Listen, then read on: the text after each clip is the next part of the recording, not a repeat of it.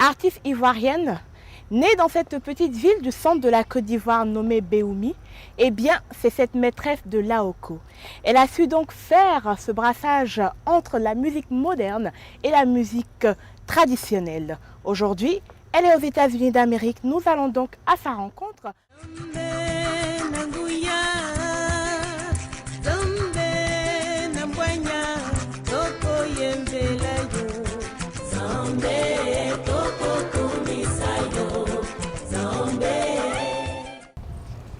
Bonsoir maman Tanette. Bonsoir. Comment allez-vous? Je vais très bien, merci. Alors on va vous dire welcome. Merci. Ok, en tout cas c'est un plaisir pour Ivoire TV de venir vous rencontrer ici à Washington, Oui. dans le Maryland. Alors vous êtes arrivé il y a quelques temps, on vous a déjà vu performer et tout, mais plusieurs moyens médiatiques auraient dit que vous êtes partie de la Côte d'Ivoire en colère et très mécontente. Est-ce vrai? Non, en fait, je suis venue ici pas mécontente. On dit l'oiseau ne se fâche pas contre l'arbre. Hein? Quand on lui fasse, il va, il picore quelque peu et puis il revient sur sa branche. Donc, mécontente, c'est trop dit. Disons que je n'étais pas tout à fait comprise de la population ivoirienne, de la grande majorité de la population ivoirienne. J'avais besoin d'un peu de recul moi-même pour m'aérer et puis venir me retremper dans un autre esprit avant de repartir. C'est ce qui explique ma présence ici. D'accord. Donc toujours dans le même élan, est-ce que vous pouvez nous dire un peu quels sont vos projets donc, au pays de l'oncle Sam? Mes projets sont nombreux et divers. Et je suis là d'abord dans le souci de parfaire mon anglais. Parce que étant une artiste, j'allais dire africaine, il y a des pays francophones, j'appartiens à un pays francophone, mais il y a aussi les pays anglophones. Et jusque-là, mes fans, je me suis contentée de satisfaire mes fans qui sont dans des régions francophones. Il va falloir que je m'attaque maintenant aux pays anglophones. Et donc, vraiment, c'était un enjeu qu'il fallait... voilà. D'accord. Alors, ça fait, je dirais, des décennies que vous chantez. Bien sûr, vous êtes aussi enseignante et tout. Mais pourquoi seulement maintenant vous avez choisi de vous lancer, je dirais, dans une nouvelle aventure sur le plan artistique? Ce n'est pas réellement une aventure. Une aventure, c'est quand on n'a pas mûri une idée et puis qu'on bat pour se chercher sur le terrain. Mais c'est quelque chose qui a été longuement mûri. En tant qu'artiste, j'avais décidé en son temps de me marier. J'ai essayé, ça n'a pas marché. J'avais voulu faire des enfants. Dieu m'a fait la grâce de m'en donner. Donc il fallait vraiment que je puisse donner une éducation à ces enfants. Surtout que ce sont des filles. J'ai 3 filles. Et donc maintenant qu'elles sont, les 2 du moins sont très grandes. Et la plus jeune est bien encadrée, puis c'est la 2 aînée. J'ai pris le risque de venir par ici. Et puis de me faire entendre aussi, peut-être qu'ici, en étant ici, peut-être que les conseils ou bien les préoccupations que j'avais au pays seraient mieux perçues. Voilà, donc j'ai pris le risque, comme je dis, de venir ici pour me faire peut-être mieux entendre de cette population que j'ai laissée là-bas et qui me manque déjà. D'accord. Alors, en parlant de la population que vous avez laissée et qui vous manque déjà, ne pensez-vous pas que vous êtes en ce moment, surtout à l'ère de la réconciliation, étant une artiste aimée de tous les Ivoiriens, ne pensez-vous pas que le moment est un peu mal choisi pour vous éloigner de votre peuple qui a le plus besoin de vous? La population a eu le temps d'apprécier parce que pendant toutes les crises qui se sont succédées, j'étais pratiquement la seule à avoir été en Côte d'Ivoire, à avoir assisté cette population-là. Et puis de n'avoir pas gardé pour moi mes impressions concernant tel bon ou tel autre. Bon, je pense que ceux qui m'aiment bien du moins, je pense, comprendront que je vais venir un peu me retirer ici pour pouvoir peut-être trouver d'autres solutions à leur proposer. Parce que jusque-là, en tant qu'artiste, je ne voyais pas toujours ce qui nous divisait.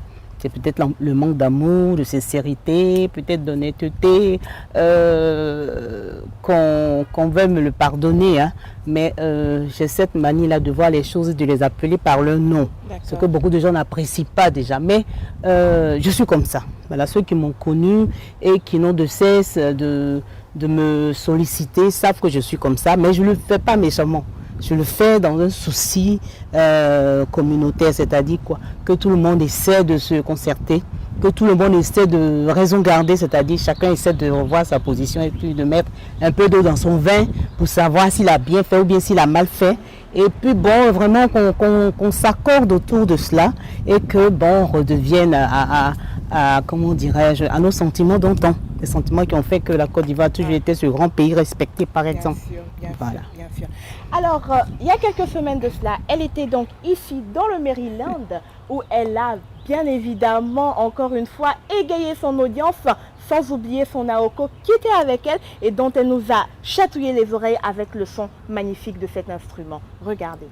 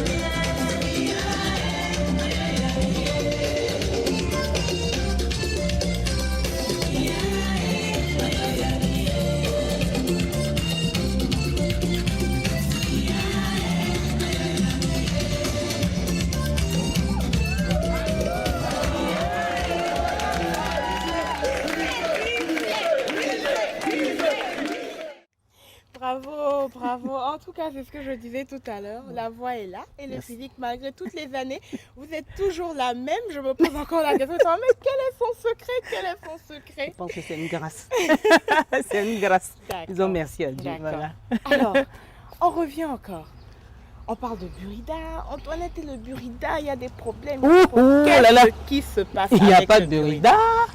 Je suis venue parce que, bon, en fait, j'ai essayé d'apporter mes idées pour essayer de résoudre la crise qui perdurait au Burida. Bon, apparemment, ces idées aux artistes qui n'avaient de cesse de souffrir. Effectivement, parce qu'ils n'arrivent pas à de leur moi, en tant que doyenne, j'avais voulu proposer des idées, mais apparemment, ces idées n'ont pas plu.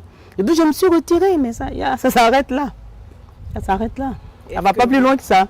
Vous pensez vraiment qu'il y a quelque chose qui pourra arriver à être fait? Mais je pense que si les gens mettent le doigt sur ce qui doit être fait, le problème de Burida devrait être résolu depuis. Mais bon, malheureusement, les gens se succèdent, on est là, on voit des défilés. les clans qui se succèdent. Bon, enfin, beaucoup de choses. Je veux pas... Vraiment, je suis venue aussi pour oublier, pour tourner cette page-là. Et du burida, et des incompréhensions, et de tout ce qui aurait pu susciter, je sais pas, quelques désagréments de la part de certains de mes fans même. Donc, bon, enfin, je suis venue pour tourner la page. Donc, parlons d'autres choses et puis avançons. D'accord. Alors, dites-moi un peu, est-ce que au jour d'aujourd'hui, vous êtes déjà en train de mûrir certains, je dirais, un nouveau style? Parce que jusqu'à présent, vous avez pu faire le pont entre la musique traditionnelle et le moderne. Et on vous félicite pour cela parce que vous avez vraiment su manier ces deux instruments-là. Mais aujourd'hui, c'est toute une nouvelle culture. Comment est-ce que vous allez arriver à faire ce brassage? Qu'est-ce que vous entendez par nouvelle culture? Je parle de la culture américaine. Vous avez parlé d'intégration tout à l'heure, la langue et tout, mais comment est-ce que vous allez arriver à faire le brassage entre la culture africaine? Disons que je ne suis pas venue ici tout à fait par hasard. D'accord. Donc je sais que dans quelques temps, il y aura un défilé de mode. Je suis en pourparlers avec la dame qui m'habille. Donc en général, si ce que j'ai vu, les réactions que j'ai vues, depuis ma dernière prestation à Silver Spring, si ça a plu, c'est que normalement, il ne devrait pas y avoir de problème. Il ne devrait pas y avoir de problème parce que oui, mais je peux avoir la tenue, je vais copier le modèle et tout. Et ce n'est pas moi, c'est mes jeunes soeurs qui demandent cela. Donc vraiment, c'est bien parti. Donc je ne m'en fais pas. Disons que ma carrière, je l'ai mûrie il y a un moment de cela. Je n'ai pas attendu d'être là aujourd'hui pour dire non, c'est-à-dire je vais faire. Je te parlais de projet parce que il y a pas mal de choses que je vise. J'attends que les gens, les partenaires en question arrivent et qu'on commence vraiment à en parler sérieusement. Parce que comme je dis, je suis à la deuxième phase de ma carrière. Donc vraiment, les à peu près, je ne veux plus être là-dedans. D'accord. Voilà. D'accord. Alors, vos messages sont toujours aux femmes. Et la diaspora africaine a un gros problème, c'est que nous sommes dans cette société où l'individualisme aujourd'hui est prime dans notre vie de tous les jours. Les couples sont disloqués et les femmes aujourd'hui, peut-être par émancipation ou à cause du système, ont tendance à changer de mentalité. Est-ce que vous pensez que votre mission de pouvoir mûrir encore la femme, la mentalité de la femme, vous allez arriver à cela ici même aux États-Unis? Ça ne sera pas facile, mais je pense que Dieu ne fait rien au hasard. J'aime être prudente quand je veux entreprendre quelque chose, donc parce que je n'aime pas les échecs. Mais ici, je pense que la mentalité des femmes est plus apte à accepter certains conseils qu'on pourra leur prodiguer ça et là. Mais ce n'est pas qu'ici seulement que la mentalité des femmes commence à changer, même en Afrique, les choses commencent à changer, les femmes commencent à bouger et cela n'est pas toujours bien perçu. Mais moi-même qui suis en train de vous parler, quelquefois mes prises de position ne sont pas toujours bien perçues. Mais ceux qui sont par exemple dans certains domaines et qui sont des personnes ressources comprennent mieux ma position, puisque moi je voyage tout le temps, je suis tout le temps appelée à partir, je vais tout le temps, je rencontre des gens, je change avec eux, ce que les gens ne perçoivent pas toujours positivement. Mais écoute, je pense que dans la vie, chaque chose a son prix. Comme j'ai dit, j'ai décidé de me marier, ça n'a pas été le cas. Donc je mets à profit cette liberté dont je peux encore disposer maintenant pour pouvoir me rendre utile à la société africaine. Donc c'est ce que je fais. Mais si on veut écouter les uns et les autres, on est fait pour rester là et de laisser stagner les choses en Afrique. Voilà, donc on peut compter sur moi. À tout moment, tu peux me joindre. D'accord. Nous étions en compagnie de Antoinette Conan, ici même donc à Washington DC, dans le Maryland. Le dernier mot vous revient. J'aime tous les Africains, à commencer par mes frères ivoiriens. J'aime tous les Africains, toutes les régions africaines que j'ai parcourues. Vraiment, je dis un grand bonjour par là-bas. Et puis je suis aux États-Unis pour pouvoir m'inspirer de nouvelles idées, de nouvelles, comment dirais-je, de nouveaux projets, voilà. Et je pense que ça va me faire du bien d'être ici. Voilà, je suis là, je reste ouverte à vos suggestions. Et je pense que l'Afrique nous appartient à nous tous. Donc c'est maintenant qu'on se lève pour trouver des solutions vraiment qui nous préoccupent tous.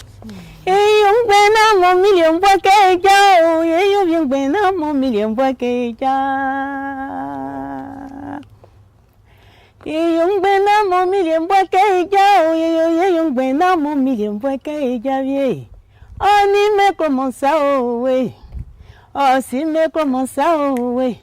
Isati ki photo fable mioyo, mi walo konya oh ya ki photo fable mioyo, mi walo konya oh baba ki photo fable mioyo, mi walo konya oh emi ki photo fable mioyo.